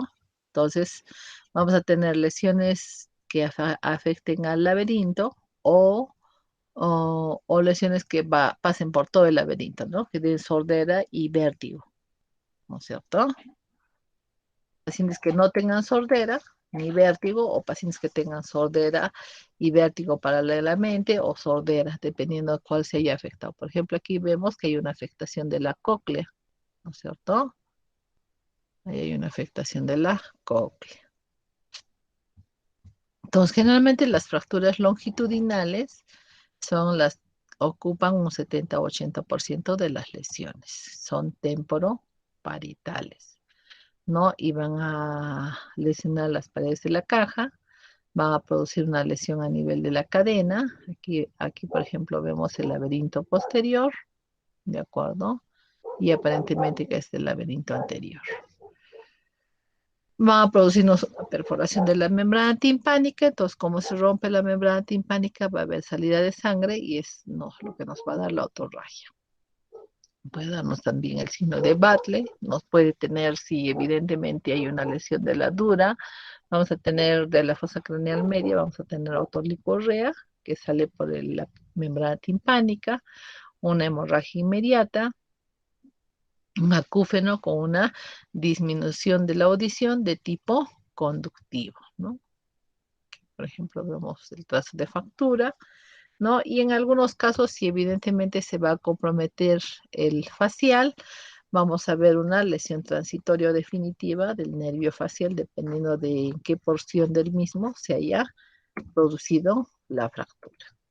Entonces, los pacientes van a tener hipoacusia, ya sea conductiva, si afecta a la cadena osicular, la membrana timpánica, o neurosensorial, si afecta a la cóclea en su totalidad. Como va a haber lesión del laberinto, vamos a tener la presencia de náuseas, vómitos y vértigo. Y el signo de Batle es la presencia de una equimosis a nivel de la mastoides. Ese es el signo de Batle. Y el signo de Mapache, evidentemente, es esta coloración violácea de ambos globos oculares, ¿no? A manera de mapache, que tiene diferentes colores en sus ojos, ¿no? Y vamos a también observar un conducto auditivo externo con detritus óseos, ¿no? Podemos observar aquí tenemos una representación de lo que es el signo de Batle, ¿no? Y en lo que es el conducto auditivo externo, podemos ver la presencia de un escalón, podemos ver también un hemotímpano, un desgarro de la membrana timpánica, podemos ver la salida del líquido cefalorraquídeo, y también vamos a poder observar la presencia de una parálisis facial. Entonces, en cuanto a las fracturas transversas, son el 20% de los casos, ¿no? Entonces pueden lesionar el oído interno, pueden lesionar el conducto auditivo interno, ¿no? Pueden lesionar lo que es el vestíbulo y tanto el laberinto posterior, ¿no? Y eso nos va a generar, si lesiona la cóclea, una hipoacusia sensorio-neural acompañada de acúfeno y de vértigo. La parálisis facial se encuentra en el 50% de los casos. A la otoscopía nosotros vamos a poder observar un conducto auditivo externo normal. Puede haber la presencia de sangre a nivel del tímpano. Al hacerle la prueba de distagmus, vamos a ver un distagmus espontáneo hacia el oído sano, ¿no? Y en las fracturas que afectan al laberinto, vamos a ver una hipoacusia sensorio-neural irreversible y con vértigo. También tenemos fracturas oblicuas, ¿no? Entonces, las fracturas oblicuas pueden afectar tanto al conducto auditivo externo, al oído medio, al oído interno, y dan clínica similar a la anterior, generalmente siempre acompañados de parálisis facial en el 100% de los casos. Y obviamente nuestro gol estándar para el diagnóstico va a ser la tomografía. Entonces, para que recordemos, ¿no? Las fracturas de hueso temporal, en el 45%, son debidas a fracturas de base de cráneo. Y un 3% van a estar en relación a un traumatismo encefalocraneano. Pueden ser de 3 tipos: longitudinales, transversales u oblicuas, ¿no? O mixtas en este caso. Las longitudinales van a constituir el 70% de las lesiones. Pueden ser a nivel timpánico, ¿no? O pueden ser extralaberínticas. Y en las transversales va a corresponder al 20% y van a afectar tanto al nervio como a la porción laberíntica del oído. Y en las oblicuas vamos a tener unas lesiones tímpano-labérenticas, o sea, su pronóstico es más reservado. Entonces, ¿qué vamos a hacer ante un paciente con un traumatismo encefalocraniano que llegó a la emergencia, ¿no? Entonces, inmediatamente vamos a pedir una audiometría. ¿Qué opinas, Paul? ¿No? Paciente que lleva traumatizado y dice que no escucha, ves que sale líquido transparente por su conducto auditivo externo, lo vamos a llevar a audiometría, no vamos a hacer, ¿no? Porque no es lo prioritario, lo prioritario es estabilizarlo. Entonces, ese examen, incluso, por ejemplo, si hay un tapón hemático, lo vamos a tener que diferir, porque tenemos que retirar, evacuar ese tapón hemático para hacer una evaluación correcta de la audiometría. Recordemos que para la audiometría ambos conductos auditivos tienen que estar totalmente limpiecitos. Entonces, para ello vamos a retirar el tapón, vamos a esperar que disminuya ese hemotímpano, ¿no? Si se formó, o bueno, podemos hacer con perforación o sin perforación la audiometría. Entonces, generalmente en las fracturas longitudinales nos va a dar una hipoacusia conductiva y en las fracturas transversales nos va a dar una hipoacusia sensorio-neural. Entonces, la tomografía, ¿qué cosas tenemos que analizar? Los bordes del peñasco, buscando soluciones de continuidad. Tenemos que tratar de determinar el origen de la fractura, ya sea temporal o occipital. Tenemos que identificar el trayecto del nervio facial, ¿de acuerdo? Para ver, porque a veces se lesiona este conducto y por el golpe, entonces se comprime el nervio auditivo. El nervio facial, perdón, empieza a edematizarse y como el conducto es estrecho, entonces se empieza a sufrir, ¿no? A sufrir y a dañarse. Entonces, en estos casos vamos a tener que hacer una apertura del conducto del facial para que el nervio pueda expandirse hasta que desinflame. Tenemos que revisar también la integridad de la cadena de huesecillos. Tenemos que identificar cómo están esas celdas mastoideas, por ahí están con contenido de sangre, ¿no? Hay que ver la presencia de fracturas y también tenemos que visualizar aire en lugares no habituales, ¿no? Vecinos a la zona del peñasco, tanto a la articulación también de la mandíbula. Generalmente en estos accidentes de tránsito lo que hace es el maxilar inferior va a impactar ahí con el cóndilo y nos da molestias en el paciente. Entonces, generalmente las lesiones del nervio facial son 20% en las fracturas longitudinales y 50% en las fracturas transversales. Hay signos tempranos de sección y hay signos tardíos, como ser el edema y la compresión. Entonces, para evaluar el nervio facial, vamos a hacer uso del test de Hilger, que va a medir la excitabilidad motora, ¿no? Podemos hacer también una electromiografía, tanto en actividad como en reposo a los 3 días de producido el accidente. Podemos hacer una electroneurografía que nos va a dar un diagnóstico exacto de dónde se encuentra la lesión, ¿no? Y el tratamiento evidentemente puede ser conservador y si observamos que hay una lesión del nervio facial, por compresión vamos a proceder a hacer la exploración del mismo, la liberación del nervio para poder recuperar su función en un futuro muy próximo. Si hay salida de líquido cefalorraquídeo, ¿no es cierto? Generalmente esa salida se produce a las 48 horas, ¿no? Tenemos que decir al paciente que evite hacer valsalva, que evite inclinarse, que evite estar parado todo el tiempo, ¿no? Puede cerrarse espontáneamente esa fístula generalmente en 7 a 10 días, ¿no? Si es que no ha habido una meningitis. Y el diagnóstico diferencial, obviamente lo vamos a hacer mediante la tomografía sin contraste, ¿no? Simple. ¿Qué vamos a recomendar al paciente que tiene otorraquia? Entonces, primero que duerma con cabeza en elevación de más de 30 grados. Le vamos a dar algo que hablan de las heces para que no puje y aumente la presión y pueda evacuarse más líquido. Podemos indicarle a solamida, podemos hacer un drenaje lumbar y vamos a siempre utilizar antibióticos para evitarnos una infección. En cuanto al nervio facial, recordemos que habíamos indicado que va a haber una porción laberíntica, vamos a tener el ganglio geniculado, vamos a tener una porción timpánica y una porción mastoidea. Entonces, esas son las zonas extracarneales del nervio facial, ¿no?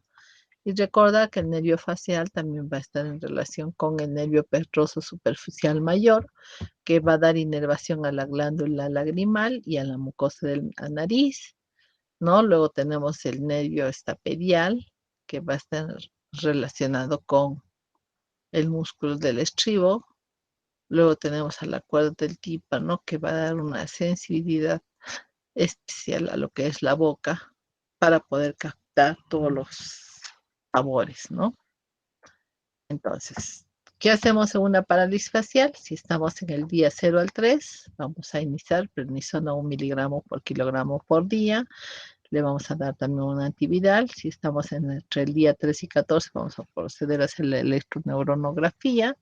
Si ya pasó el día 14, vamos a poder proceder a hacer una electromiografía y vamos a ver cómo va el paciente avanzando.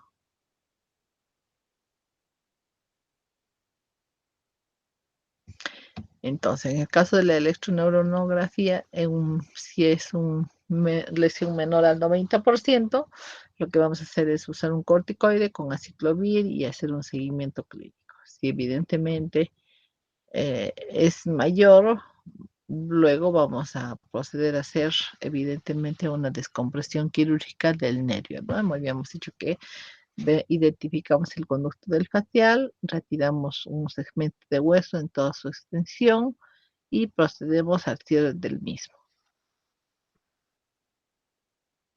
Entonces, en caso de parálisis facial, siempre recomendar al paciente no manipular, ¿no? No utilizar gotas, ¿ya? Y la cirugía en casos especiales. Entonces, ¿cuál es el pronóstico? Va a estar en función a que se produzcan infecciones, a que haya una otitis media traumática, a que se produzca una meningitis. Y puede haber también ruptura del seno lateral. Entonces, tenemos un recordatorio más de lo que son las fracturas, tanto longitudinales como transversales. Tenemos que en las longitudinales la perforación es frecuente. En la otorragia también se halla presente. El hemotimpo no está más presente porque evidentemente se sacó al personaje. Luego tenemos que van a tener, en el caso de las longitudinales, problemas de conducción, y en el caso de las transversales va a ser sensorio neural la pérdida. La otolicorrea es frecuente en las longitudinales, ¿no?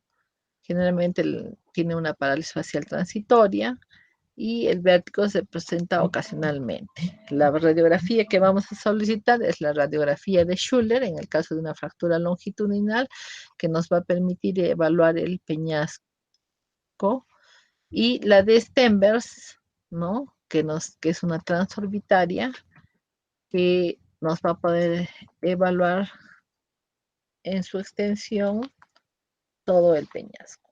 Entonces, las complicaciones pueden ser inmediatas o también pueden existir complicaciones tardías.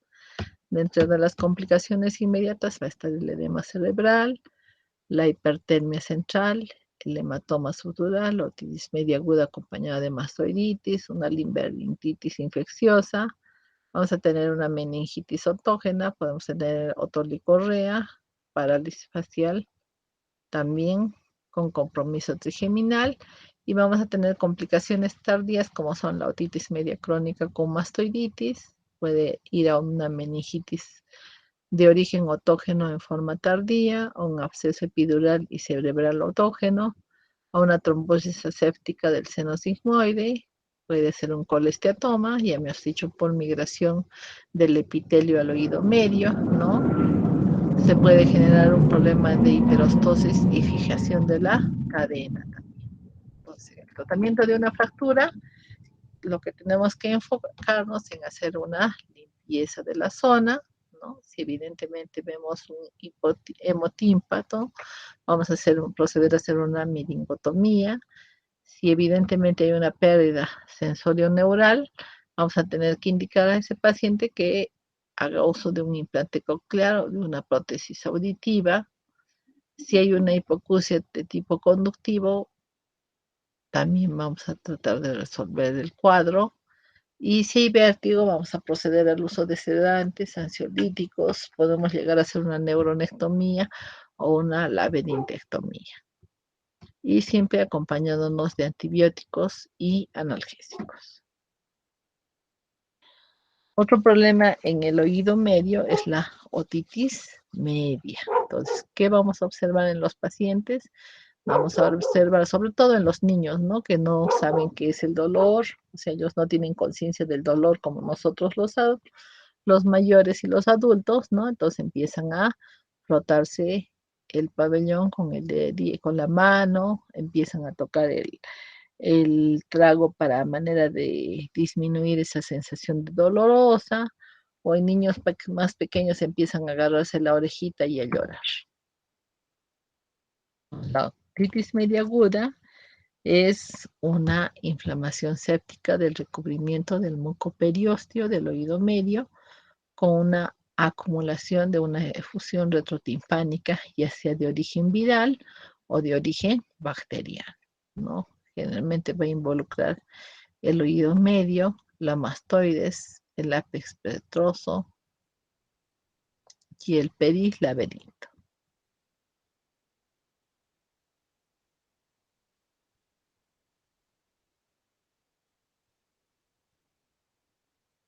Luego tenemos la epidemiología de la otitis media aguda, ¿no? Entonces, generalmente tenemos que tener en cuenta que 60-80% de los niños han tenido por lo menos un primer episodio de otitis media aguda en su primer año de vida, ¿no? El 80-90% lo tienen entre los 2 a 3 años. Y la mayor incidencia está entre los 6 a los 24 meses, con un pico entre los 4 a 5 años, ¿no? Siempre es más frecuente en niños que en niñas. Por eso hemos hecho nuestro cochecito celeste. Entonces, la otitis media hay varias clasificaciones, ¿no? Hay una otitis media aguda con un cuadro de menos de 3 semanas con aparición de signos y de síntomas. Tenemos una otitis media serosa o subaguda que dura de 3 semanas a 3 meses. Tenemos una otitis media con derrame que se presenta en pacientes con más de 3 meses de no funcionar bien ese oídito. Se va a ver una colección líquida tanto en el oído medio como a nivel de la membrana timpánica, con membrana timpánica íntegra, ¿no? Vamos a ver un derrame del oído que puede ser seroso, mucoide o mucopurulento. Generalmente con un líquido seroso, acuoso, transparente, ¿no? Cuando es seroso. Cuando es una secreción mucoide, vamos a ver que es un líquido más espeso, más viscoso. Y cuando es un líquido purulento, vamos a ver la emergencia de pus. También vamos a tener que el paciente, nosotros le hacemos la referencia, pero no llega a la consulta, ¿no? Y eso se debe a que evidentemente no le ha dado ni la importancia ni la responsabilidad que requiere este tratamiento. Y si evidentemente no se soluciona, hay reiteradas otitis a repetición, entonces lo que vamos a hacer es de que la membrana timpánica se pegue al promontorio, ¿no? Y eso genere un colapso o retracción. Entonces, para la otitis media, vamos a tener que es de riesgo multifactorial, ¿no? Tenemos niños menores de 7 años que por lo menos han tenido un episodio, que han iniciado estos problemas de otitis a partir de los 6 a los 15 meses de edad, ¿no? Se encuentran en posición supina,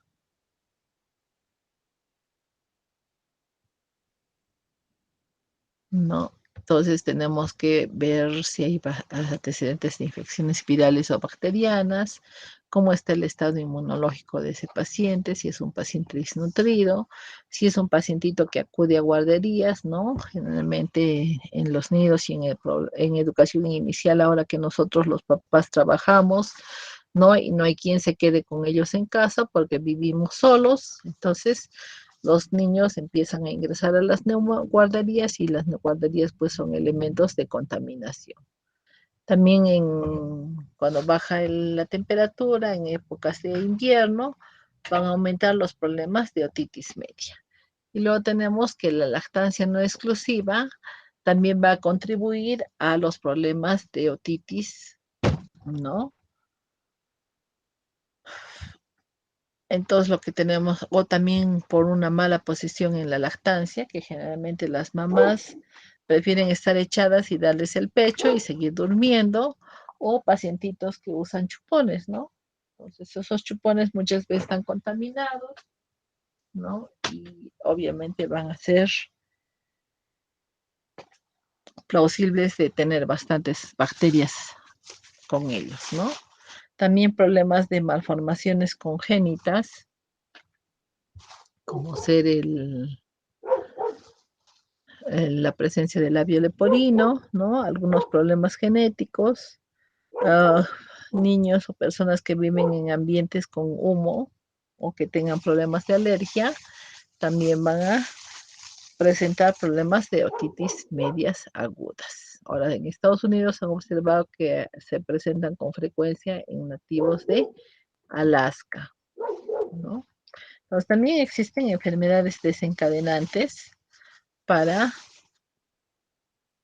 que se produzca una otitis media aguda, y eso está en relación tanto a la anatomía del oído medio como a la función de este oído y otros elementos, ¿no? Entonces, por ejemplo, si hay una fisura palatina, vamos a tener una úvula probablemente hendida, vamos a tener alteraciones de la mucosa, alteraciones a nivel de la musculatura, ¿no? Esa trompa no va a funcionar en forma adecuada, ¿no?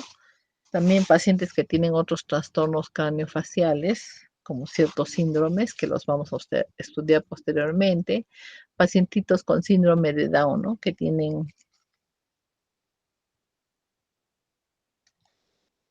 oíditos pequeños, ¿no? O alteraciones a nivel de la mucosa ciliar, que también van a favorecer pues a que haya éstasis de secreciones, multiplicación de bacterias, pacientes con ciertos grados de inmunosupresión, pacientes que tienen reflujo gastroesofágico, ¿no? Pacientes que tienen déficit IgG, ¿no? Pacientes que han sido sometidos a intubación nasotraqueal, pacientes que tienen crecimiento del adenoides, pacientes que han sufrido barotraumas, van a sufrir problemas de otitis media, generalmente cuando viajamos en avión, viajamos, qué sé yo, a Puerto Maldonado, al principio nos duele el oído y después ya el dolor es insoportable. Pacientes con antecedentes de desvío de tabique, ¿de acuerdo? O pacientes que son portadores de tumores también. Entonces tenemos que recordar que la trompa de Eustaquio en los adultos es diferente a la trompa de Eustaquio en los niños, ¿no? Entonces en los adultos va a tener un largo de 30 milímetros, ¿no? Los 2 tercios anteriores van a ser cartilaginosos y el tercio posterior va a ser óseo. Esta trompa de Eustaquio tiene una angulación de 45 grados, tiene un istmo que es de 1 a 2 milímetros, tiene un orificio nasofaringeo de 8 a 9 milímetros, ¿no? Y generalmente está en relación a una mastoides adecuadamente neumatizada. En cambio, en los niños vamos a tener un largo de 18 milímetros, ¿no? Donde la porción ósea es la parte más larga. Tiene una angulación de 10 grados, como podemos observar aquí. Tiene un istmo un poquito más largo, ¿no? El orificio faríngeo va a ser de 4 a 5 milímetros, ¿no? Y la mastoides va a ser variable ya sea en lactantes, en niños de 5 a 10 o en niños de más de 5 a 10 años. Entonces, usualmente la trompa de Eustaquio se va a encontrar cerrada. Obviamente es un conducto virtual que se abre cuando nosotros bostezamos o cuando deglutimos. Tiene esta porción cartilaginosa que es la que determina la apertura, pero está comandada por los músculos como ser el tensor del velo del paladar que va a abrir la trompa. Y también esta trompa va a tener una acción protectora del sonido y de las secreciones de la nasofaringe, ¿no? Entonces la trompa va a permitir la limpieza de las secreciones del oído medio hacia la rinofaringe, va a regular la presión de ventilación del oído medio, va a permitir que ingrese aire hacia la mastoides, va también a propagar ciertas infecciones como en el caso de sinusitis o adenoiditis, ¿no? Generalmente cuando hay infecciones respiratorias agudas se va a edematizar la mucosa de la trompa y lo que va a generar una obstrucción. Esa obstrucción va a hacer que el aire de la caja se reabsorba y se produzca una presión negativa dentro de la misma. La trompa de Eustaquio va a generar ciertos problemas, ya sean en relación a anormalidades de la trompa, a un déficit inmunitario, a problemas por mediadores inflamatorios, problemas por alergia o problemas por el uso del biberón. Entonces, dentro de las anormalidades de la trompa de Eustaquio vamos a tener trastornos a nivel de la apertura. Una trompa corta también va a favorecer a que las secreciones fácilmente asciendan hacia el oído medio. Cuando no funcionan los músculos constrictores o cuando hay una hipertrofia adenoidea que está obstruyendo esta trompa, va a generarnos problemas en el oído medio. El déficit inmunitario va a estar en relación a la respuesta inmune del paciente. No va a haber menos citoquinas en la nasofaringe y los mediadores inflamatorios van a ser la interleucina 1, la interleucina 6, el factor de necrosis tisular. Entonces, también la alergia de la nariz va a generar que todo este epitelio de la trompa de Eustaquio, que también es un epitelio respiratorio, no se edematice y eso nos va a favorecer a que en el oído medio queden atrapadas las secreciones porque no hay un buen funcionamiento de la trompa de Eustaquio. Y en el biberón, obviamente, cuando nosotros o cuando los niños ingieren, se va a introducir líquidos que se van a aspirar hacia el oído medio por la trompa de Eustaquio. Otro problema que tenemos es la trombosis del seno lateral. Entonces, generalmente es un cuadro asintomático. Puede dar ciertos signos de toxemia, fiebre en picos, escalofríos, dolor a nivel del hueso temporal, una inflamación retroauricular y siempre acompañado de afectación de los pares craneales.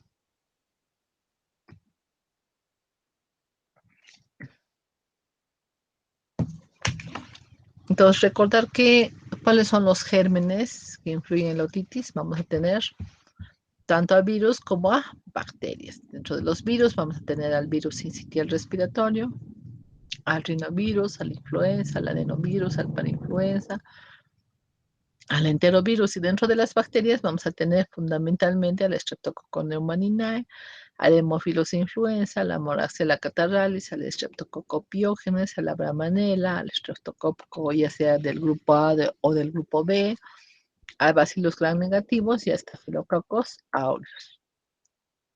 Entonces se ha observado que la microbiología tiene un carácter geográfico y temporal, ¿no? Perdón.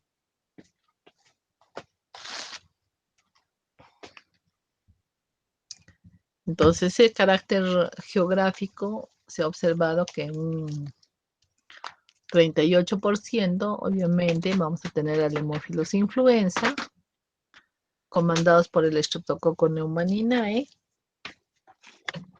en primer lugar. Luego vamos a tener a la Moraxella catarrhalis con un 17%, ¿no? Al Streptococcus pyogenes con un 4%, y luego seguido de Brahmanella, Streptococcus, Bacillus gram negativos, Staphylococcus aureus.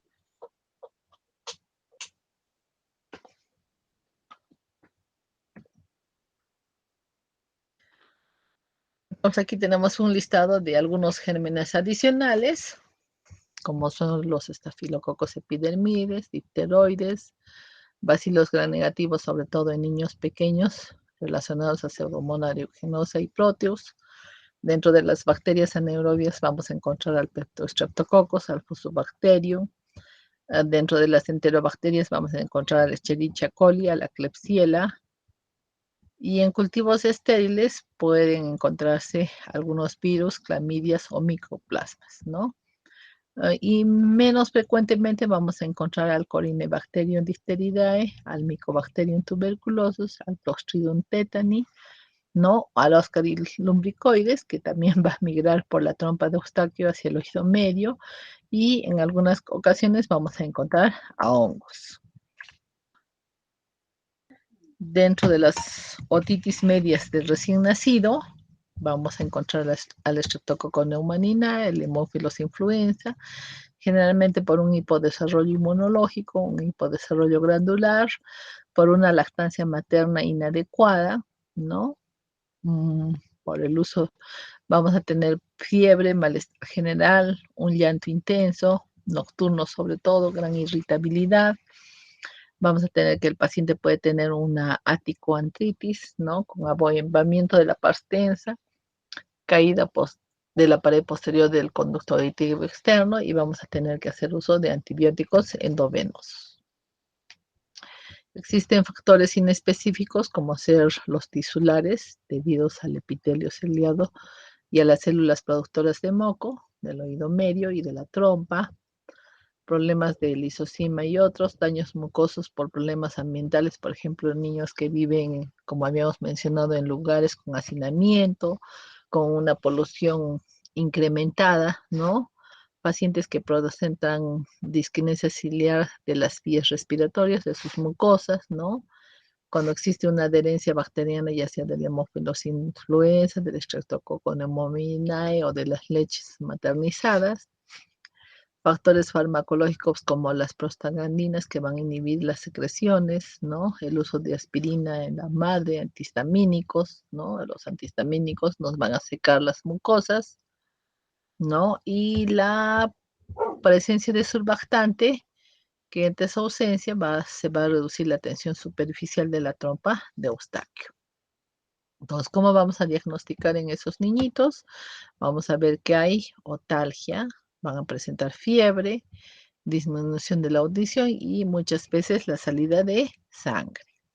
Entonces, en una otoscopía nosotros vamos a ver si el paciente puede hacer una maniobra de Valsalva, vamos a ver una motilidad alterada, un tímpano opaco, un tímpano abombado, un tímpano muy rojo o moderadamente rojo. Entonces vamos a tener un tímpano abombado, rojo y bastante rojo con congestión vascular, ¿no? Entonces, ¿qué es? ¿Por qué? Porque existe la presencia de secreción purulenta a nivel de la caja, y eso va a dar la fiebre, el dolor, la incomodidad al pacientito. Entonces, ¿qué también nos va a presentar? Nos va a presentar un despertar brusco, un llanto desconsolado, una irritabilidad diurna injustificada, ¿no?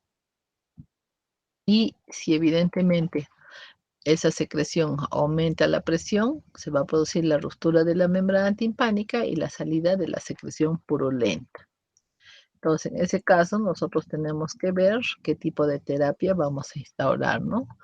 Muchas veces se resuelve en un 80-90%, generalmente cuando son virales, solamente dar analgésicos, hidratación, pero si no, vamos a tener que hacer el uso de antibióticos, ya sea una otitis leve o moderada. Vamos a utilizar amoxicilina de 80 a 90 miligramos por kilogramo de peso por día, cada 8 horas, ¿no? Y si no mejora en 48 horas, vamos a proceder a hacer el uso de amoxicilina más ácido clavulámico para evitar la resistencia bacteriana. Entonces, si se trata de una otitis media aguda severa, con otalgia intensa, con fiebre mayor a 39 grados centígrados, ¿no? Un paciente menor de 6 meses, inicialmente vamos a utilizar la amoxicilina con ácido clavulámico, y si no mejora, vamos a proceder a hacer el corte de la membrana timpánica, que es la timpanocentesis, para evacuar esa secreción purulenta y que no nos dé una perforación de bordes irregulares. Y si el paciente es alérgico a la penicilina, vamos a tener que utilizar acitromicina o claritromicina a 40 miligramos por kilogramo de peso. Entonces, en el caso de la timpanotomía, vamos a tener al paciente, generalmente en el consultorio del otorrino, lo vamos a hacer recostar. Con ayuda del microscopio vamos a visualizar la membrana timpánica y vamos a, con un bisturí para el tímpano, vamos a proceder a hacer un corte paralelo a las fibras radiadas, ¿no? En el cuadrante postero inferior, antero inferior, para evacuar y aspirar ese moco, esa secreción purulenta que tiene. Entonces, las complicaciones de la otitis media aguda es una perforación timpánica, una inflamación de la mastoides, puede generar un problema de laberintitis, puede generar un problema de meningitis, se puede producir una encefalitis focal, puede llegar a ser un absceso cerebral, subdural o extradural, y también complicarnos con una parálisis facial. Entonces tomaríamos nuestra lista, a ver si alcanzamos. Listo. Yoshimi. Yoshimi. Yoshimi no está. Yaraguamán. Presente, doctora. Vivanco. Presente, doctora. Villena. Presente, doctora. Vázquez. Presente, doctora. Foto. Doctora, buenas tardes, presente. Me llamó y no podía activar el micro. Tuve que salir y luego ya no. Foto. Disculpe, doctora, a Velázquez también llegué un poco tarde y no, disculpe, no respondí al inicio de la clase tampoco. Soto. Soriano. Soto presente, doctorita. Soriano presente, doctora. Saona. Doctorita, buenas tardes. Saona presente. Ya. Zaguaraura. Presente, doctora, buenas tardes. Cuando me llamó se me fue el internet. Tuve problemas con internet. Disculpe, por favor. Quispe. Quispe. Presente, doctora. Polo. Presente, doctora. Valle. Presente, doctora. Palma. Palma. Pallardel. Presente, doctora. Doctora, buenas tardes. Presente. Palma. Ocharán. Presente, doctora. Ocharán. Ocharán. Mina. Mina. Mina. Mango. Presente, doctora. Lara. Presente, Labra. doctora. Buenas tardes. Buenas tardes. Ya. Hurtado. Presente, doctora. Guevara. Presente, doctora. Gutiérrez. Presente, doctora. García. Peña. García Peña. García Gutiérrez. Doctora García Peña, presente. Ya. Gamarra. Presente, doctora. Gallegos. Gallegos, presente, doctora. Delgado. Presente, doctora. Collazos. Presente, doctora. Choque. Presente, doctora. Champi. Presente, doctora. Coyo. Presente, doctora. Coyo. Presente, doctora. Cayo. Castro. Castelo. Castelo, presente, doctora. Calderón. Presente, doctora. Carla Chawi. Escribió en el chat, doctora. Ya, a ver, vamos a buscarla. Caballero. Presente, doctora. Bárcena. Presente, doctora. Astete. Presente, doctora. Arizaca. Presente, doctora. Alarcón. Presente, doctora. Alarcón presente. Estaba respondiendo, pero mi micro está un poco mal.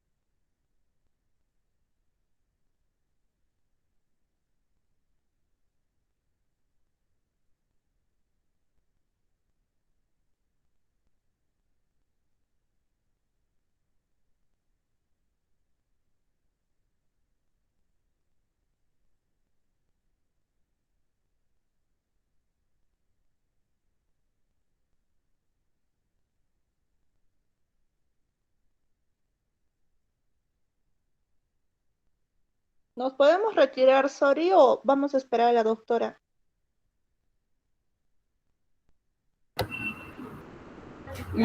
Hay que esperar porque sigue grabando. Un minuto más, por favor, le estoy escribiendo.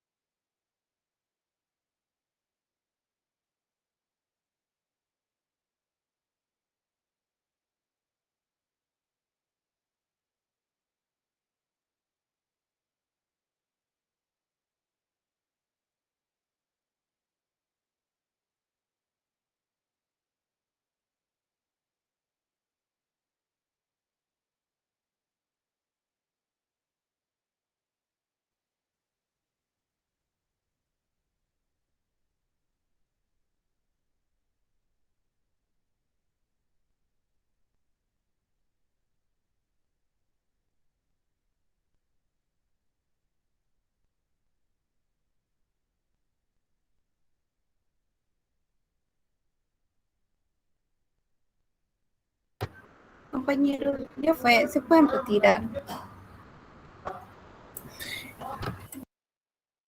Ya. Ya, está bien. Chao de nada. Gracias, delicada.